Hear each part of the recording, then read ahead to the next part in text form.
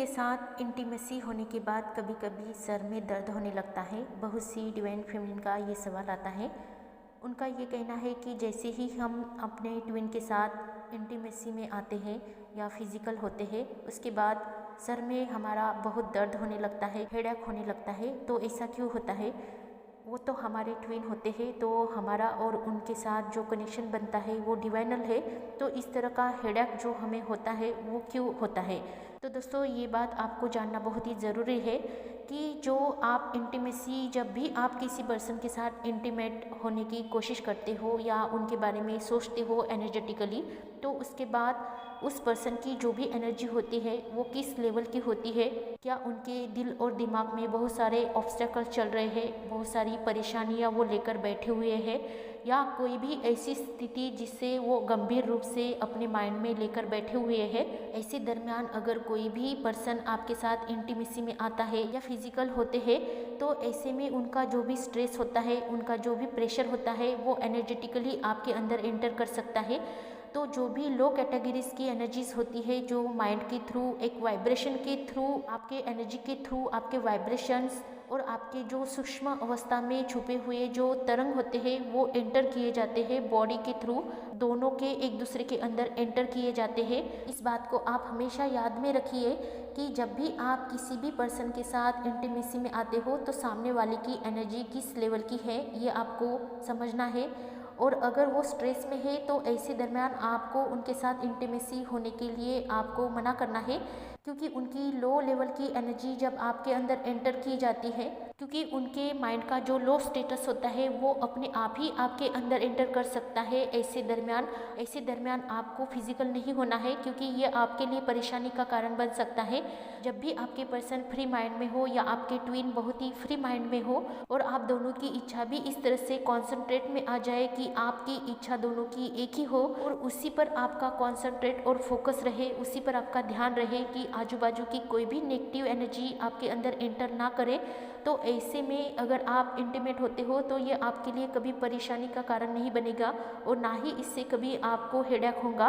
तो इसलिए आप हमेशा अपने माइंड का स्टेटस देखिए, उनके माइंड का स्टेटस देखिए कि किस तरह के तरंग, किस तरह के वाइब्रेशन आप दोनों के बीच में क्रिएट हो रहे हैं। उसके अनुसार ही आपका इंटीमेसी का जो पीरियड होता है, आपके इस वाइब्रेशन के अनुसार ही आपको एनर्जी प्रदान करता है, जो कि बहुत ही हाईएस्ट लेवल की हो सकती है या लो कैटेगरी की एनर्जी हो सकती है। तो दोनों में से किसी को भी स्ट्रेस है, प्रेशर है, या फैमिली की तरफ से आपको कोई प्रेशर है जिसकी वजह से आप दोनों के बीच में एक असंतुलन, एक डिसबैलेंसिंग क्रिएट होती है, तो ऐसे दरमियान अगर आप इंटीमेसी में आते हो तो यहाँ पर आपको बहुत सारी परेशानियों का सामना करना पड़ सकता है और आपके चक्रा भी डिसबैलेंसिंग में आ सकते हैं। तो इसीलिए आप पहले ये सुनिश्चित कीजिए कि आपके पार्टनर की एनर्जी आपके लिए कैसी है, या फिर उनके माइंड में कोई स्ट्रेस, प्रेशर तो नहीं है, या किसी तरह का एडजस्टमेंट, कॉम्प्रोमाइज़ करके वो आपके साथ इंटीमेट तो नहीं हो रहे हैं।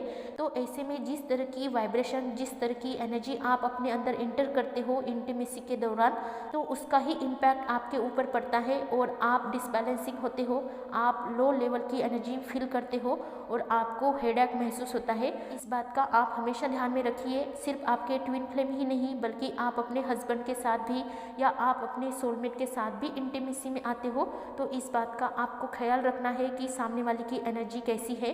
और अगर वो प्रेशर में है, स्ट्रेस में है, तो आपको सबसे पहले इन चीज़ों पर काम करना है कि आप उनका स्ट्रेस दूर करने की कोशिश करें, आप उन्हें समझने की कोशिश करें, और इस चीज़ को आप थोड़ा सा डिले करके बाद में भी आप उनके साथ फ्रीली माइंड होकर आप इंटीमेसी में आ सकते हैं। तो इसके लिए आपको थोड़ा इंतज़ार भी करना पड़ सकता है, तो भी आपके लिए ये अच्छा होता है।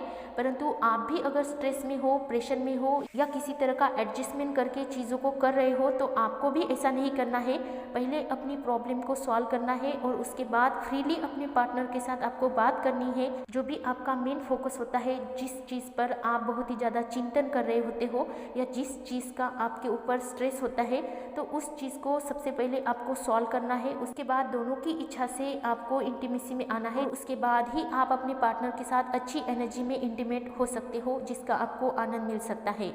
इस बात को आप हमेशा याद रखिए कि आपके पार्टनर की, आपके ट्विन की एनर्जी कैसी है और उसके अकॉर्डिंग ही आपको चीज़ें आगे बढ़ानी है, वरना ये चीज़ें आपके स्पिरिचुअल जर्नी पर इम्पैक्ट डालती है, आपके पर्सनल जीवन पर भी इसका इम्पैक्ट होता है।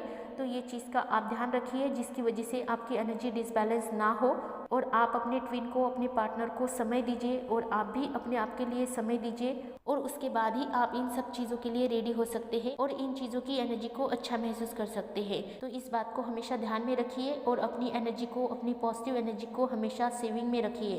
तो दोस्तों, ये शॉर्टली वीडियो उन डिवाइन फेमिनिन के लिए है जिनको इन सब चीज़ों के बारे में ठीक से पता नहीं होता है। तो आप इन चीज़ों के बारे में जानने की कोशिश कीजिए और उसके साथ ही अपने रिलेशन को हेल्दी बनाइए। तो दोस्तों, खुश रहिए, आबाद रहिए, पॉजिटिव रहिए, अपना ध्यान रखिए और मेडिटेशन करते रहिए। सभी के लिए happy journey. Love you all, take care all.